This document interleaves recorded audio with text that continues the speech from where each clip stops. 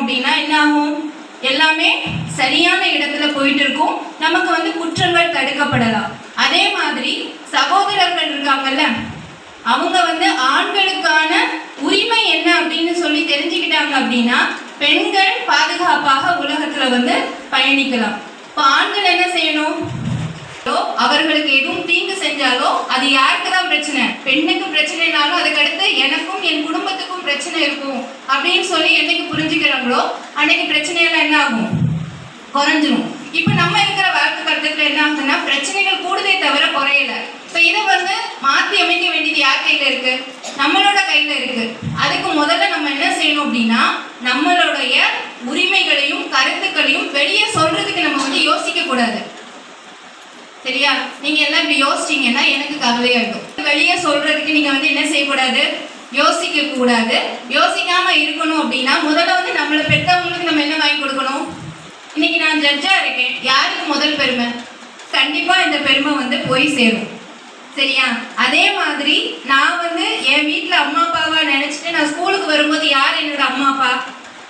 என்னுடைய டீச்சர்ஸ் தான் அம்மா அப்பா. அப்போ நான் வந்து வீட்டில் எனக்கு என்ன பிரச்சனை ஏற்பட்டாலும் எப்படி என் பேரண்ட்ஸ் கிட்ட சொல்றேனோ அதே மாதிரி ஸ்கூல்ல எனக்கு எந்த பிரச்சனை ஏற்பட்டாலும் நான் முதல்ல யார்கிட்ட என்னோட கருத்தை சொல்லணும்? டீச்சர்ஸ் கிட்ட சொல்லணும். அதுக்கு நம்ம டீச்சர்ஸ் எப்படி நடத்தணும்? அவர்கள் ஒரு தாய் தந்தை போன்றவர்கள் அப்படிங்கிறத மனசுல வந்து ஏற்படுத்திக்கோங்க. உங்க மனசுல இருக்கிற எல்லா பிரச்சனையுமே அவங்க கிட்ட வந்து போய் சொல்லுங்க. அவங்க கண்டிப்பா உங்களுடைய பிரச்சனையை தீர்த்து வைப்பாங்க. இப்போ வந்து நமக்கு சின்ன சின்ன பிரச்சனையெல்லாம் இல்ல, பெரிய பிரச்சனைகள் இருக்கு. என்ன இருக்கு? சின்ன குழந்தையே வந்து இதை வந்து ஃபேஸ் பண்ணுது. ஆனா ஃபேஸ் பண்றதுக்கான ரீசன் என்னன்னா அந்த குழந்தைக்கு அது என்னன்னு தெரியாது, நம்ம சொல்லி தரதும் இல்லை. ஆனா என்ன இருக்கும் அப்படின்னா சாக்லேட் தரேன்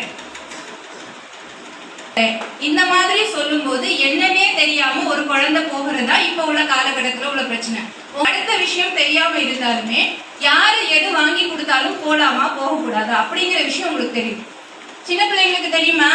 இருக்கிறதுனால டைம் எதுல போயிடுது? மொபைல் போன்லயே போயிடுது.